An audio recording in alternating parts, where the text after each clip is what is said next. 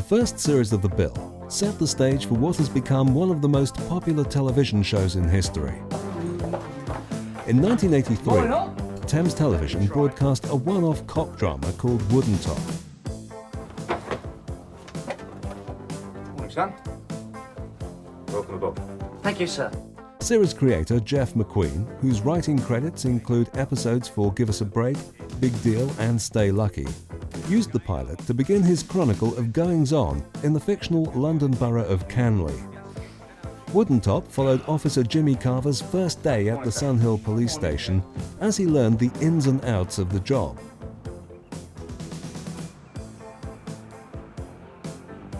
Well, I see by your file you have all the makings of a fine officer.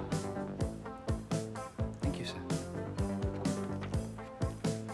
I also see you intend staying in the uniform branch. No ambition for CID? No, sir. Any particular reason for this? Oh, yes, sir. I'm a firm believer in traditional policing methods, sir. McQueen told his story from the point of view of officers on the job, a genre known as police procedural. Storylines included all elements of police work, from the mundane to the dramatic, but did not delve into the characters' private lives. All right. All right, then. Come on out. I don't want to come in there and get you. The show was a ratings success, and Thames Television debuted The Bill on October 16, 1984, in an hour-long serial format on UK channel ITV1. Much of the success the first season of The Bill enjoyed is due to its completely fresh take on the crime genre. How's that, son? Worse, Sarge.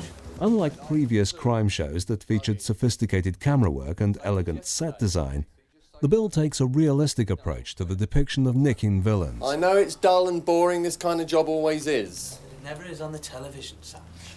Thank you, Francis. Almost all the camera work is handheld, giving the show a documentary look and feel. And the decision to use videotape instead of film adds to the sense of reality.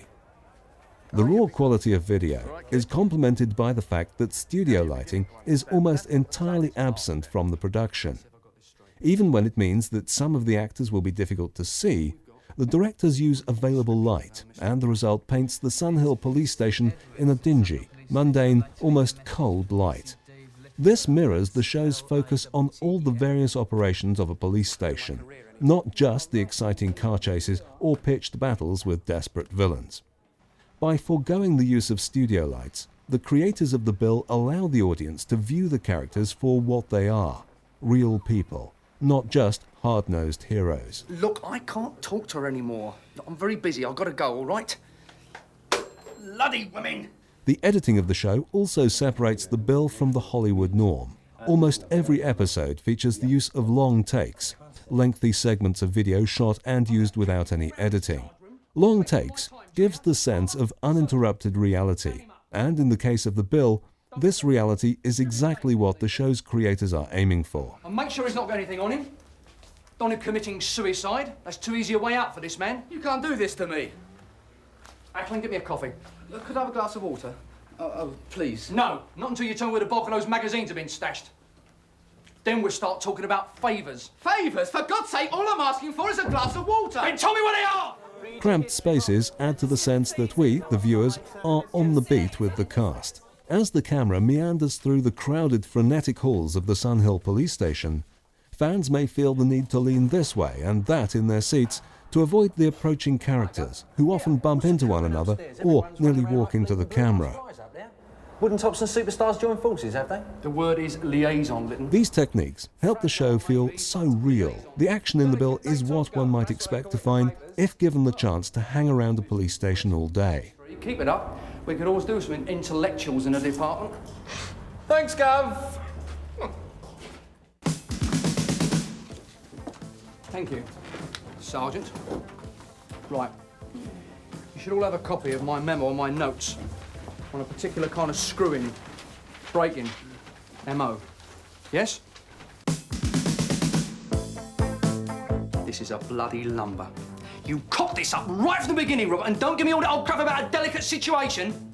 Detective Inspector Galloway is a fiery, hard-headed and cocky detective who uses whatever methods he can to nick the crooks of East London. Look, this is not one of those jobs that you can go into ham-fistedly, crash, bang, wallop. You have to use a bit of tact.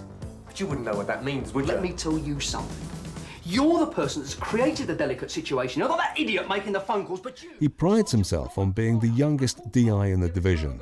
The rules do not apply to him, or at least that's what he thinks. Well, let me tell you, I'll crack this case with or without the embassy's help. Though his old-school cops and robbers mentality sometimes leaves him vulnerable to ridicule within the station, it usually pays off. I've got connections, you'll see. I've met some dirty no-good punters in my time. But you and that blonde-headed scumbag, the best. I'm going to make sure personally you get put away long enough to enjoy it. I'm talking about a young girl who's now laid out on a slab. I'm talking about two proud parents scarf alike. I'm talking about you! Take him out of my sight, Bob. Hey, some of that anyone's leaving. Wait.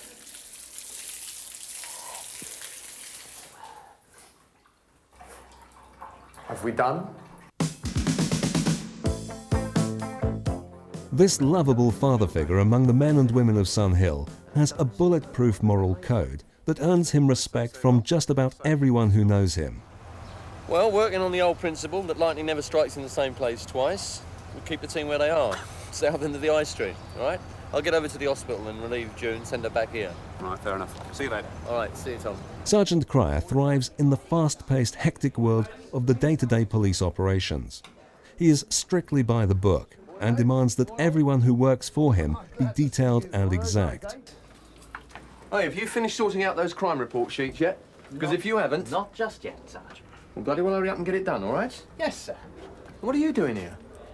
There's still 5 minutes to go. You should be out in the streets. Sorry, Sarge, it's thought again we've done the round. Where's Higgins? I thought you supposed to be looking after him. We're coming to see you. I don't know. Sometimes I think I'm running a load of bloody girl guides here. Cryer is constantly at odds with D.I. Galloway, and though they both work for the same side, the two never seem to be on the same page. He would have invented it! You do talk some bloody rubbish sometimes. You honestly do. You cannot treat calls like that as a joke. You have to go through the procedures as if it was the real thing. Look, I don't know why I'm doing this, but you've got exactly 1 minute. Any more cracks, I'll warn you. My life.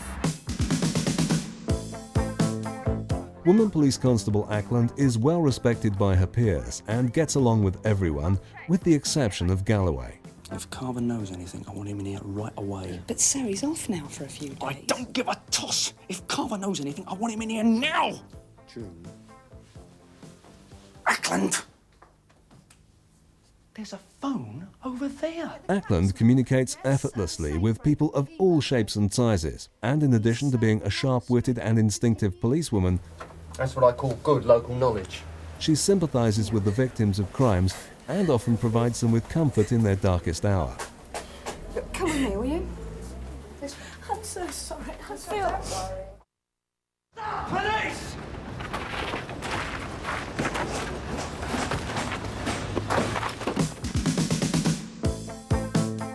Police Constable Carver is the new kid at Sun Hill.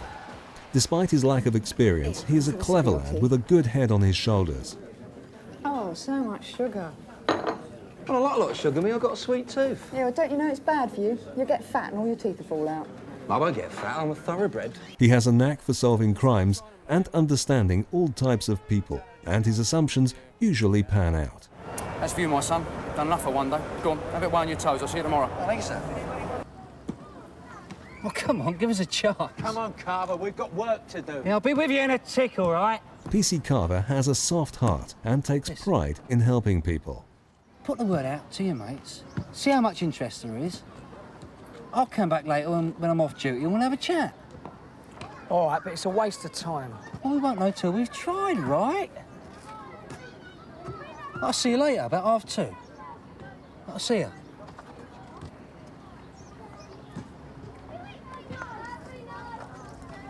Well, he seems all right. Better than that other pig. Not every day on the bill is filled with guns and glory or good versus evil. Some days the crimes being investigated are almost laughable.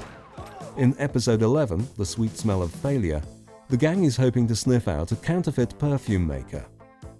One of Mr. Bloomfield's little numbers, and not, let me say, a particularly sophisticated example. On the same day, WPC Ackland and PC Carter are hot on the trail of a pair of thieves who turn out to be a little slower to run away than expected. Oh, you've got to be joking. That pair? Bonnie and Clyde? Back at the station, it's just another day of desperately trying to stay on top of the paperwork, while real action can't come soon enough. C-C-O-M-A-C-C-O-M-A-C. That's it, isn't it? That doesn't look right, does it? On other days, the brutal reality of the streets of London is on full display. In episode 5, It's Not Such a Bad Job After All, the body of a teenage woman is found in a park and leads to a rough day for the entire force. You know the suicide procedure. Just get on with it. Stop wasting valuable time. Look up the face. That man's a bloody pig. In episode 6, The Drugs Raid, a gloomy and vacant theatre becomes a hideaway for dozens of drugged-up kids. When a risky raid on the theatre is carried out, not everyone comes out unscathed. Oh, Roy, I was just on my way down to see you. Yeah, well, I was just on my way up to see you. We got trouble, an interesting development. I know, I've had 2 national dailies on the phone already. Not every episode ends with a man behind bars. Bloody hell. What's going to happen when Galloway gets round to me then? Sometimes the crimes are left unsolved. In episode 9, Burning the Books, the ineptitude of the police is revealed when they go on a wild goose chase for evidence that was right under their nose all day.